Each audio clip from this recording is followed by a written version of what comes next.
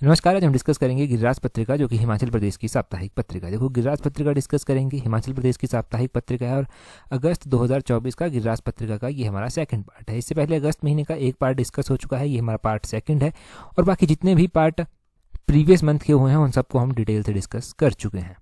देखो, आजकल एचपीजीके का महारिवीजन भी जो है वो चला हुआ है, साथ में करंट अफेयर को भी रिवाइज कर रहे हैं ताकि अलाइड के आने वाले एग्जाम में जो भी अभी तक हमने पढ़ा है उसको एक बार अच्छे से रिवाइज कर सकें और एग्जाम में आपको हेल्प मिल सके। तो अभी हम गिरिराज पत्रिका का सेकंड पार्ट देख रहे हैं और क्वेश्चन नंबर 1 से डिस्कशन को स्टार्ट करते हैं। बोलते हैं यहाँ पर, in which district will Himachal Pradesh first green hydrogen mobility station be set up. तो बोलते हैं कि हिमाचल प्रदेश का जो पहला ग्रीन हाइड्रोजन मोबिलिटी स्टेशन होगा वो किस जिले में स्थापित किया जाएगा। देखो, हिमाचल प्रदेश का ये जो पहला ग्रीन हाइड्रोजन मोबिलिटी स्टेशन होगा ये चंबा जिले में स्थापित किया जाएगा। ऑप्शन बी जो है वो सही आंसर है। इसके बारे में थोड़ा सा डिटेल से जानते हैं। देखो, हिमाचल प्रदेश में जल्दी ही जो है वो ग्रीन हाइड्रोजन से जो है वो बसों का संचालन होगा, ये बात कही गई है। और प्रदेश सरकार जो है वो चंबा जिले में हिमाचल प्रदेश का पहला ग्रीन हाइड्रोजन आधारित मोबिलिटी स्टेशन जो है वो स्थापित करने जा रही है। ये जो स्टेशन होगा ग्रीन हाइड्रोजन मोबिलिटी स्टेशन, ये जो है वो क्षेत्र में जो है ग्रीन हाइड्रोजन के लिए जो है वो मार्ग प्रशस्त कर देगा कि इस तरह से जो है वो काम चल पड़े ग्रीन हाइड्रोजन से। और हिमाचल प्रदेश में जो है वो इस महत्वाकांक्षी हरित पहल को जो है वो नेशनल हाइड्रोजन पावर कॉरपोरेशन के द्वारा जो है वो 14 करोड़ रुपए की अनुमानित लागत से जो है वो अगस्त 2025 तक जो है वो पूरा किया जाएगा। ये भी आपने ध्यान रखना है। और आपने ध्यान रखना है कि जो संयंत्र यहाँ पर बनेगा ये प्रतिदिन 20 किलोग्राम ग्रीन हाइड्रोजन का उत्पादन करेगा। यहाँ पर बस सुविधा के लिए जो है वो एक हाइड्रोजन डिस्पेंसर यूनिट भी स्थापित किया जाएगा। और यहाँ पर साथ में ही एनएचपीसी की चमेरा 3 पावर स्टेशन है, वो भी इसके समीप ही जो है वो यहाँ पर है। और ऊर्जा आवश्यकताओं की पूर्ति के लिए जो है 300 किलोवाट ग्रिड के सौर ऊर्जा संयंत्र से जो है वो इसको जोड़ा जाएगा। प्रदेश सरकार की इस जो नवोन्मेषी पहल है, यहाँ से जो दुर्गम क्षेत्र हैं चंबा के, वहाँ पर ग्रीन हाइड्रोजन के प्रति जागरूकता फैलाने में जो है वो मदद मिलेगी। यहाँ पर हमने चमेरा प्रोजेक्ट की बात की, तो चमेरा प्रोजेक्ट भी इंपॉर्टेंट है। चमेरा देखो, चमेरा 1, चमेरा 2 और चमेरा 3 परियोजनाएं, ये परियोजनाएं किसके द्वारा एग्जीक्यूट की जाती हैं, तो उनको एनएचपीसी जो है वो एग्जीक्यूट करता है, ये आपने ध्यान रखना है। इनकी बात करें तो चमेरा 1 परियोजना जो है वो 540 मेगावाट की परियोजना है, 540 मेगावाट की ये परियोजना है। चमेरा 2 की अगर हम बात करें तो ये 300 मेगावाट की परियोजना है। चमेरा 3 की अगर हम बात करें तो चमेरा 3 जो है 231 मेगावाट की परियोजना है। ये भी आपने यहाँ पर ध्यान रखना है। तो ये भी क्लियर हो गया। अगले क्वेश्चन में देखें क्या बोलते हैं, how many medicine will be Himachal Pradesh government provide free of cost to cancer patient in Himachal Pradesh hospitals for their treatment. तो बोलते हैं कि हिमाचल प्रदेश सरकार सरकारी अस्पतालों में कैंसर के मरीजों को उनके उपचार के लिए कितनी दवाइयाँ मुफ्त में प्रदान करेगी। अभी ये भी गिरिराज पत्रिका में कॉन्टेक्स्ट आया था कि हिमाचल प्रदेश सरकार जो है जो कैंसर के पेशेंट हैं उनको जो है वो मुफ्त में दवाइयाँ जो है वो देंगी। तो कैंसर के पेशेंट्स को जो है वो 42 ऑप्शन बी जो है वो सही आंसर हो जाएगा। 42 दवाइयाँ जो है वो निःशुल्क जो है वो दी जाएंगी सरकार के द्वारा, ये आपने सरकार के द्वारा कहा गया है। यहाँ पर देखो, एक तो ये परियोजना आई थी, तो कैंसर का उपचार जो और सुविधाओं के लिए इनको सुदृढ़ करने के लिए 300 करोड़ रुपया जो है वो खर्च किया जाएगा, सरकार ये कहती है। दूसरी ओर हिम केयर योजना भी चर्चा में आई थी। यहाँ पर कहा गया था कि कुछ न्यूज़ आ रही है कि हिम केयर योजना को बंद कर दिया जाएगा। ये न्यूज़ सरासर गलत है, ये सरकार जो है वो कहती है। और कहा गया है कि जो कुछ एक अनियमितताएं पाई गई हैं निजी अस्पतालों में इस योजना को लेकर, तो उनको दूर करने के लिए जो है सरकार ने हिम केयर योजना में जो है कुछ रिफॉर्म लाने की ज़रूरत समझी है। तो ये हिम केयर योजना होगी, कैंसर पेशेंट्स के बारे में हो गया। एक और बात आप यहाँ से जान लीजिए कि हिमाचल प्रदेश में जो एचआरटीसी की बसेज हैं, वहाँ पर जो कैंसर के पेशेंट हैं और भी कोई सीरियस बीमारियों से उलझ रहे पेशेंट हैं, जैसे किसी को किडनी को डायलिसिस का पेशेंट है, उसको जो है वो एचआरटीसी की बसेज में जो है वो फ्री यात्रा का जो है वो प्रोविज़न रखा गया है। फ्री यात्रा दी जाती है विद 1 अटेंडेंट, एक अटेंडेंट उनके साथ, और फ्री यात्रा जो है वो उन एचआरटीसी की बसेज में जो है वो कर सकता है। यहाँ पर रेफरल स्लिप दी जाती है डॉक्टर के द्वारा और फिर उनको जो है वो यात्रा जो है वो निःशुल्क मिल जाती है। एक पेशेंट के साथ जो है वो एक अटेंडेंट इनको। अब यहीं से मिलते जुलते हम मोस्ट इंपॉर्टेंट करंट अफेयर के क्वेश्चन जो है वो डिस्कस करते हैं। जैसे कि वर्ल्ड लंग कैंसर डे जो है वो कब मनाया जाता है, तो वर्ल्ड लंग कैंसर डे 1 अगस्त को जो है वो ऑब्जर्व किया जाता है। इसकी थीम इस बार क्या रखी गई थी, 2024 में इसकी थीम रखी गई थी close the care gap, everyone deserve access to care cancer. ठीक है जी, ये इसकी थीम रखी गई थी, यहाँ पर लिखी गई है close the care gap, everyone deserve access to cancer care. और 1 अगस्त को ये मनाया जाता है। ये है वर्ल्ड लंग कैंसर डे। परंतु एक वर्ल्ड कैंसर डे भी होता है। वर्ल्ड कैंसर डे फरवरी महीने की 4 तारीख को मनाया जाता है और इसकी थीम भी यही रखी गई थी, close the care gap, everyone deserve access to cancer care. यही इसकी थीम भी जो था वो रखी गई थी। और इसके अलावा इंटरनेशनल नर्सिस डे भी जो है वो मनाया जाता है, क्योंकि कैबिनेट में नर्सिस को लेकर भी कुछ बात की गई थी। नर्सिस डे मनाया जाता है 12 मई को। 12 मई को ये नर्सिस डे मनाया जाता है और इसकी थीम रखी गई थी इंटरनेशनल नर्सिस डे की इस बार our nurses our future the economic power of care, ये इसकी थीम जो था वो रखी गई थी। तो ये 3 इंपॉर्टेंट पॉइंट हैं और एक्सपेक्टेड है कि इनमें से एक ना एक पॉइंट किसी न किसी एग्जाम में ज़रूर पूछा जाएगा। मे बी वो एलाइड का ही एग्जाम हो सकता है। तो ये 3 इंपॉर्टेंट डे आपने ध्यान रखने। अगले क्वेश्चन में देखें क्या बोलते हैं how many electric vehicle charging station will be established across the state. इनके हिमाचल प्रदेश में कितने इलेक्ट्रॉनिक वाहन चार्जिंग स्टेशन स्थापित किए जाएंगे। ये भी गिरिराज पत्रिका में आया था। कॉन्टेक्स्ट इतना ज़रूरी नहीं है, परंतु हम जानेंगे यहाँ से जो इंपॉर्टेंट क्वेश्चन हमारे पास फाइनेंशियल ईयर 2023-24 का बनता है। देखो हिमाचल प्रदेश में 107 ऑप्शन बी जो है वो सही आंसर हो जाएगा। इलेक्ट्रॉनिक वाहन चार्जिंग स्टेशन स्थापित करने की बात जो है वो कही गई। थोड़ा सा डिटेल से देखिए, हिमाचल प्रदेश सरकार ने जो है वो कोलैबोरेशन करने की बात कही है अलग अलग स्टेक होल्डर्स के साथ, ताकि 107 जो है वो इस तरह से इलेक्ट्रॉनिक चार्जिंग स्टेशन जो है वो स्थापित की जाए। इसमें 2 फेजेस रखे गए हैं। पहले फेज में क्या होगा, 54 गवर्नमेंट साइट्स का चयन किया जाएगा और 53 पेट्रोल पंप्स का चयन किया जाएगा, वहाँ पर स्थापित किए जाएंगे और ये इलेक्ट्रिकल व्हीकल चार्जिंग स्टेशन जो है वो पूरे स्टेट में फिर इस तरह से बनाए जाएंगे। तो ये एक कॉन्टेक्स्ट है और ये भी एक्सपेक्टेड है कि एग्जाम में यहाँ से क्वेश्चन बने। तो 107 फेज 1, ये 54 गवर्नमेंट साइट्स और 53 पेट्रोल पंप्स, ये आपने ध्यान रखना है चार्जिंग स्टेशन को लेकर। अगला क्वेश्चन देखें क्या बोलते हैं during the financial year 2023-24 how many departments has added in the Himachal online Seva portal for online delivery. बोलते हैं कि वर्ष 2023-24 के दौरान ऑनलाइन डिलीवरी के लिए हिमाचल ऑनलाइन सेवा पोर्टल से कितने विभाग जोड़े गए हैं। पहले इसका कॉन्टेक्स्ट जानिए, वो कॉन्टेक्स्ट भी इम्पॉर्टेंट है, क्वेश्चन वहाँ से भी बन सकता है। वैसे क्वेश्चन में ये बोला गया है कि सरकार जो है वो क्या करेगी, जो जन सेवाएं होती हैं उनको आसानी से लोगों तक पहुंचाया जा सके उसके लिए एक पोर्टल बनाएगी और उस पोर्टल को नाम दिया जाएगा हिम एक्सप्रेस करके। तो वो हिम एक्सप्रेस करके एक पोर्टल बनाने की बात सरकार के द्वारा कही गई है। तो इसलिए जो है हमने ये फाइनेंशियल ईयर 2023-24 का एक इम्पॉर्टेंट क्वेश्चन यहाँ पर डिस्कस किया है। अब सरकार ने ये तो कह दिया कि हिम एक्सप्रेस 2024 में तैयार कर दिया जाए, जब तैयार होगा तब देख लेंगे, परंतु अभी देखो ये फाइनेंशियल ईयर 2023-24 में कितने डिपार्टमेंट को हिमाचल ऑनलाइन सेवा पोर्टल से जोड़ा गया है। वो है हिमाचल प्रदेश के 104 डिपार्टमेंट। ऑप्शन ए जो है वो सही आंसर हो जाएगा। डिटेल से देखेंगे यहाँ पर भी। During financial year 2023-24 Himachal Pradesh के 104 अलग अलग डिपार्टमेंट जो है वो हिमाचल ऑनलाइन सेवा पोर्टल पर जो है वो जुड़े हैं आकर। इसमें से जो है फाइनेंशियल ईयर 2023-24 में 104 जुड़े हैं। अब total number of 217 online services जो हैं वो प्रोवाइड करवाई जा रही हैं, जो हिम ऑनलाइन सेवा पोर्टल से करवाई जा रही हैं, जिसमें अलग अलग सेवाएं हैं, जैसे कि रेवेन्यू हो गया, वुमेन एंड चाइल्ड डेवलपमेंट हो गया, पंचायती राज, रूरल डेवलपमेंट, अर्बन डेवलपमेंट, इस तरह की अलग अलग सेवाएं प्रोवाइड करवाई जा रही हैं।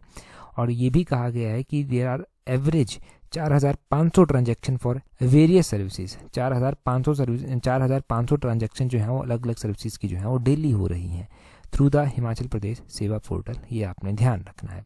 और फाइनेंशियल ईयर 2023-24 का ही डाटा है कि टोटल नंबर ऑफ 10,83,825 ट्रांजैक्शन जो हैं वो इसमें हो चुकी हैं नवंबर 2023 तक।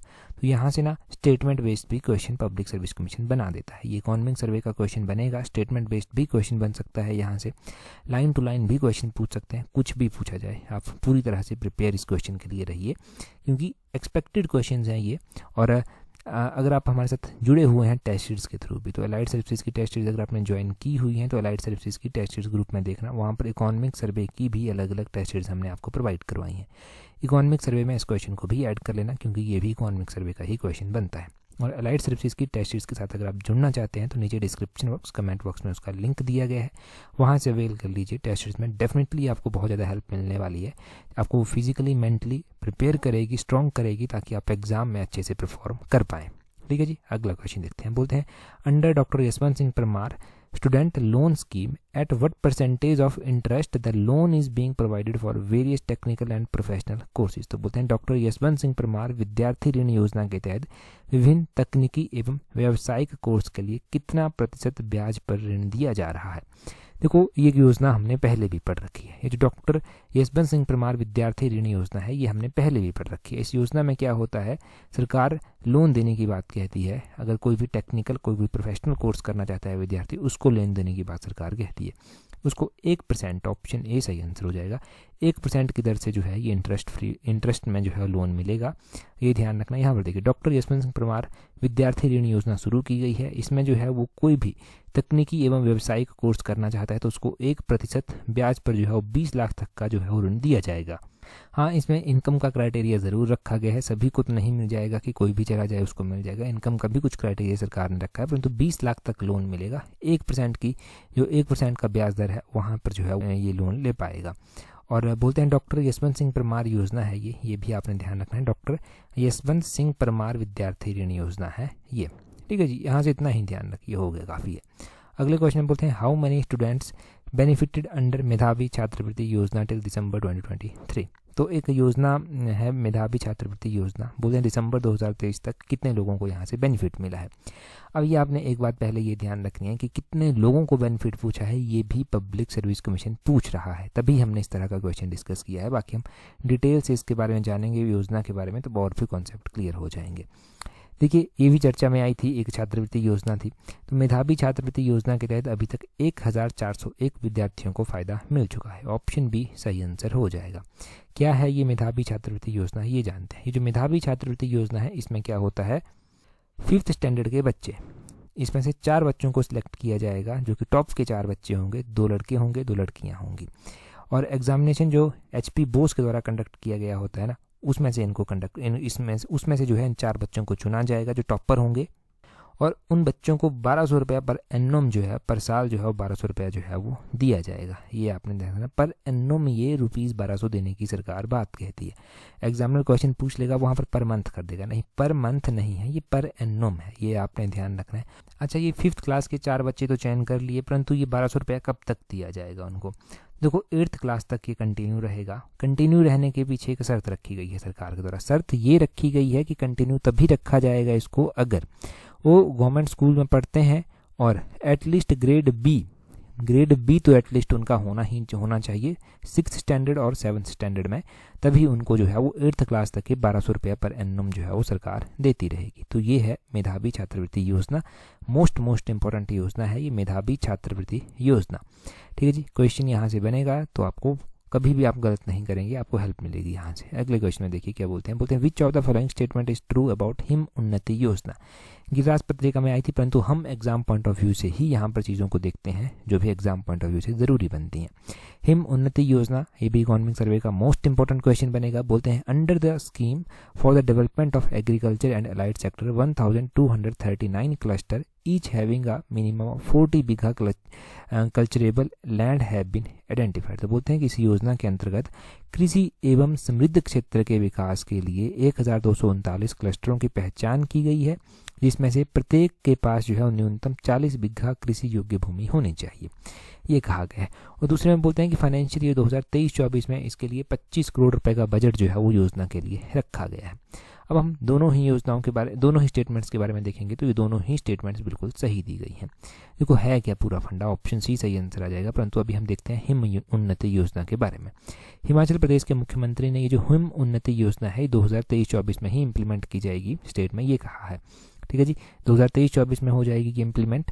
और ये जो हिम उन्नति योजना है इसमें एग्रीकल्चर और अलाइड सेक्टर में देखा जाए तो 1239 क्लस्टर बनाए जाएंगे, ये कहा गया है। और ईच क्लस्टर में जितने भी 1239 क्लस्टर बनाए जाएंगे ये 40 बीघा कल्चरेबल लैंड यहाँ पर आइडेंटिफाई की जाएगी। और सरकार ने कहा है कि a total of 2600 number of cluster has been identify by all the stakeholders. अभी तक 2600 क्लस्टर जो हैं वो आइडेंटिफाई किए जाएंगे प्रत्येक स्टेक होल्डर्स के द्वारा। और एग्रीकल्चर डिपार्टमेंट जो है वो 1200, स्टेट प्रोजेक्ट इम्प्लीमेंटेशन यूनिट जिसको SPIU कहा गया वो 1100, और जापान इंटरनेशनल कॉपरेशन एजेंसी जो है वो 300 क्लस्टर जो है वो इन 2600 क्लस्टर्स में से जो है वो आइडेंटिफाई करेगी। पता चल गया ना, 2600 क्लस्टर हैं टोटल जो कि आइडेंटिफाई किए गए हैं, जिसमें से एग्रीकल्चर डिपार्टमेंट ने 1200, SPIU के द्वारा 1100 और जाइका के द्वारा जो है 300 क्लस्टर जो हैं वो आइडेंटिफाई किए गए हैं, ये पता चल गया। फाइनेंशियल ईयर 2023-24 में 25 करोड़ के बजट का प्रावधान जो है वो किया गया है। और total of 2600 number of cluster जो हैं वो थ्रू आउट द स्टेट जो है वो आइडेंटिफाई हुए हैं, ये हमने पढ़ लिया। ऑल द डिस्ट्रिक्ट यहाँ पर कवर हुए हैं, ये आपने ध्यान रखना है। और टिल नाउ अगर हम बात करें तो 238 क्लस्टर जो हैं वो मार्क किए गए हैं, जिनमें जिनमें से जो है वो 186 क्लस्टर्स में जो है वो ऑलरेडी खरीफ सीजन जिससे जो है वो एक्टिविटीज स्टार्ट हो चुकी हैं। ये भी ध्यान रखना है, पर डेप्थ में कुछ भी पूछा जाए ना, आप कहीं से भी स्टेटमेंट बना ली जाए, कुछ भी पूछा जाए तो आप कवर कर पाएँ, तो इसलिए मैंने ये सारा ही आपके साथ डिस्कस यहाँ से कर दिया। अगला क्वेश्चन देखिए, बोलते हैं what is the capacity of Pekhubela solar power project. Himachal की एक तरह सबसे बड़ी ही ये परियोजना है सोलर की कैपेसिटी में, और ये पेखूबेला सोलर प्रोजेक्ट जो है वो ऊना में स्थित है। ये कितने मेगावाट का है? ये 32 मेगावाट का प्रोजेक्ट है। ऑप्शन ए जो है वो सही आंसर है। एक तो ये पेखूबेला परियोजना जो हमने पहले भी गिरिराज पत्रिका में पढ़ रखी थी, ये यहाँ पर गिरिराज पत्रिका में आई थी, एक बार फिर से रिवाइज हो गई। 2 और हाइड्रो इलेक्ट्रिक परियोजनाएं जो है वो यहाँ पर आई थी, तो वो उन हाइड्रो इलेक्ट्रिक परियोजनाओं को भी जान लेते हैं। एक थी लुहरी स्टेज 1 परियोजना, एक थी धौला सिद्धा परियोजना, और एक और परियोजना थी वो थी सुन्नी परियोजना। इन तीनों परियोजनाओं की कैपेसिटी वहाँ पर दी गई थी, तो वो जानते हैं। ये जो लुहरी स्टेज 1 परियोजना है ना, ये इंपॉर्टेंट है, इसकी कैपेसिटी है 210 मेगावाट। 210 मेगावाट की ये परियोजना है। दूसरी है हमारे पास धौला सिद्धा परियोजना जो कि 66 मेगावाट की परियोजना है, वो आपने ध्यान रखना है। तीसरी है सुन्नी परियोजना। ये जो सुन्नी डैम परियोजना है वो 382 मेगावाट की परियोजना है, 382 मेगावाट की परियोजना है। तो ये कुछ हाइड्रो इलेक्ट्रिक परियोजनाएं जो गिरिराज में आई थी वो भी कवर हो गई यहाँ से। पेखूबेला परियोजना तो क्वेश्चन के रूप में 32 मेगावाट की कवर हो गई। बाकी आपने लुहरी स्टेज 1 के बारे में, धौला सिद्धा के बारे में, सुन्नी डैम परियोजना के बारे में ध्यान रख लिया। इनकी कैपेसिटी पूछी जाए तो डेफिनेटली आप गलत करके नहीं आएंगे आप। अगला क्वेश्चन देखते हैं हमारे पास क्या पूछा गया है। नेक्स्ट क्वेश्चन हम बोलते हैं विच of the following is not correctly matched. तो इनमें से कौन सा सही सुमिलित नहीं किया गया है। हाँ, कुछ एक आर्टिकल, जैसे देखो अभी ना 15 अगस्त का उपलक्ष्य था, तो 15 अगस्त के कुछ आर्टिकल्स आए थे, तो यहाँ पर हम जानते हैं दुम आंदोलन कब हुआ था? 1859 में होता, बिल्कुल सही बात है, 1859 में होता। डिटेल में बाद में जानते हैं। नालागढ़ मूवमेंट क्या 1877 में होता? बिल्कुल सही बात है, 1877 में ही हुआ था। चंबा किसान मूवमेंट क्या 1885 में हुआ था, और मंडी फार्मर मूवमेंट क्या 1909 में हुआ था। देखो मंडी फार्मर मूवमेंट तो अगर हम बात करें ना, तो ये 1909 में ही हुआ था। अभी हम पढ़ भी रहे थे इसको एक दिन कि 1909 में मंडी रियासत में भ्रष्टाचार का बोलबाला था, तो वहाँ के राजा भवानी सेन और वजीर जीवानंद पादा थे, वो बहुत ही भ्रष्ट थे, तो उनके खिलाफ वो किसानों को डराते धमकाते थे। उनके खिलाफ शोभाराम के नेतृत्व में जो था वो लोगों के द्वारा विरोध किया गया था। लगभग 20,000 लोगों के द्वारा विद्रोह कर दिया गया था, तो वो 1909 में ही हुआ था। ये भी सही ही है यहाँ पर। बाकी दिया गया है यहाँ पर चंबा किसान मूवमेंट। देखो चंबा किसान मूवमेंट ना 1885 में नहीं हुई थी, ये आपने ध्यान रखना है, ये 1885 में नहीं हुई थी। तो not correctly match option C, Chamba kisan movement 1885 is not correctly match. अच्छा जी, चंबा किसान मूवमेंट हुई कब थी? देखो 1885 में अगर हम बात करते हैं ना कि क्या हुआ था, तो चंबा किसान मूवमेंट 1885 में नहीं हुई थी। ये मूवमेंट हुई थी 1895 में, ये आपने ध्यान रखना है। कौन से ईयर में हुई थी चंबा किसान मूवमेंट? 1895 में ये हुई थी। 1895 में चंबा में ये सार्वजनिक किसान आंदोलन किया गया था। उस टाइम राजा शाम सिंह हुआ करते थे, वजीर उनके गोविंद राम हुआ करते थे। किसानों पर भूमि लगान का बोझ जो था वो डाल दिया गया था। तो भटियात जो एक हिस्सा था वहाँ पर किसानों का आर्थिक शोषण हो रहा था, तो वहाँ पर लोगों के द्वारा ये विद्रोह किया गया था। तो भटियात आंदोलन भी, ये भटियात वही आंदोलन है जो चंबा किसान मूवमेंट जिसको हम कह रहे हैं, चंबा के भटियात रीजन में ये हुआ था। यहाँ से इंपॉर्टेंट पॉइंट जानिए। अब आप स्टार्टिंग से बात करते हैं दुम आंदोलन से लेकर। देखो दुम आंदोलन जो है ना, वो बुशहर रियासत में जो था वो आंदोलन हुआ था। हुआ क्यों था ये आंदोलन, क्या रीज़न रहा था इसके पीछे? 1859 में ये आंदोलन होता है। वहाँ का राजा होता है, उसके अधिकारी होते हैं, उनके खिलाफ ये किया जाता है। बेगार की प्रथा जो था वो बहुत जोरों शोरों से वहाँ पर चली हुई थी। बेगार के विरुद्ध जो था ये किया गया था, ये आपने ध्यान रखना है। अब यहाँ पर लिस्ट बनाइए आप एक साथ। 1859 का ये आंदोलन हो गया। उसके बाद आ गया 1862। 1862 में सुकेत में राजा के खिलाफ जो था वो एक भारी जनता के द्वारा विद्रोह किया गया था, वो आपने ध्यान रखना है। सुकेत में एक बार फिर से 1876 के द्वारा लोगों के द्वारा उसके बाद विद्रोह किया गया। ठीक है जी, ये आपने ध्यान रखना है। इस विद्रोह का कारण था खार अन इसका जो था वो मुख्य रीज़न था। पता नहीं क्या हुआ ये कारण, पर ये जो था वो इसका मुख्य रीज़न था। उसके बाद नालागढ़ का ये मूवमेंट हो गया 1877 में, वजीर के विरुद्ध किया गया था वहाँ के। नालागढ़ में तो हो जाता है ये 1877 में। नालागढ़ के बाद फिर से एक आंदोलन होता है, वो बिलासपुर में होता है। बिलासपुर में ये झुग्गा आंदोलन होता है, और ये 1844 में जो है वो बिलासपुर का झुग्गा आंदोलन जो है वो होता है, ये आपने ध्यान रखना है। 1884 में बिलासपुर का ये झुग्गा आंदोलन होता है, इंपॉर्टेंट है।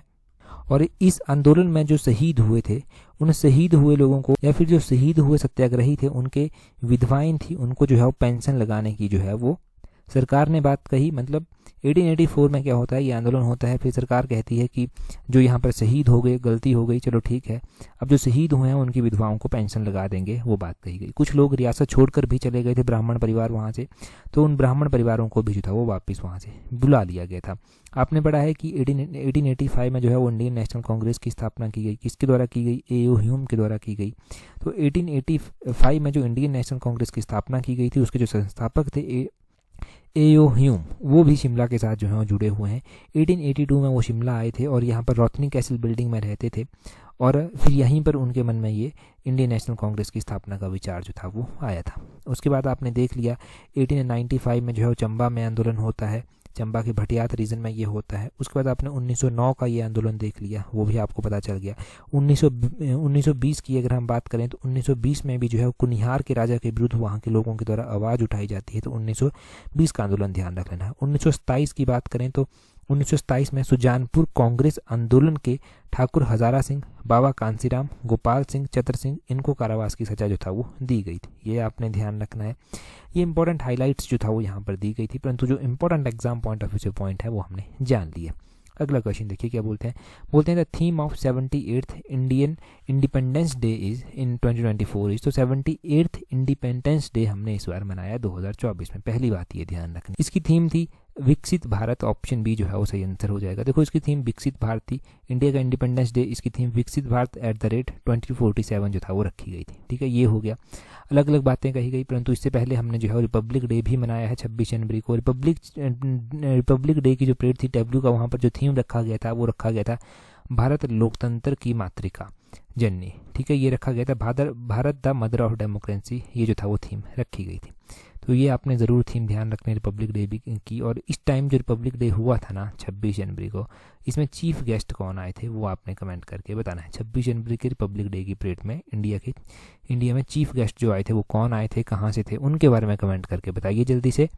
बाकी देखो, अगर पेपर 1 की तैयारी कर रहे हैं ना, तो पेपर 1 के लिए आप टेस्ट सीरीज भी प्रैक्टिस कर सकते हैं। पेपर 1 की टेस्ट सीरीज का लिंक नीचे डिस्क्रिप्शन बॉक्स, कमेंट बॉक्स में दिया गया है। अगला क्वेश्चन देखिए, बोलते हैं यहाँ पर in which of the following district of Himachal Pradesh world second largest ropeway project will be constructed. तो बोलते हैं कि हिमाचल प्रदेश के निम्नलिखित में से किस जिले में जो है वो विश्व की दूसरी सबसे बड़ी रोपवे परियोजना का निर्माण किया जाएगा। पिछली जो एडिशन थी गिरिराज पत्रिका की, उसमें पहला ही क्वेश्चन ये हमने डिस्कस किया था, डिटेल से मैंने आपको बताया था। अभी ये बात कही गई है कि हिमाचल में जो है वो वर्ल्ड का सेकंड लार्जेस्ट रोपवे प्रोजेक्ट जो है वो स्थापित किया जाएगा। कहाँ पर किया जाएगा वो आप कमेंट करके बताएंगे, क्योंकि हम पहले डिस्कस कर चुके हैं। टेलीग्राम पर अगर आपने अभी तक हमें ज्वाइन नहीं किया है तो अपने टेलीग्राम से सर्च करना है @allexam31, इस तरह से आपको हमारा टेलीग्राम चैनल जो है वो मिल जाएगा। टेलीग्राम पर ज्वाइन कर लीजिए अगर अभी तक नहीं किया है। इस वीडियो में इतना ही है। That's all for today. Thank you very much for watching and listening it very patiently.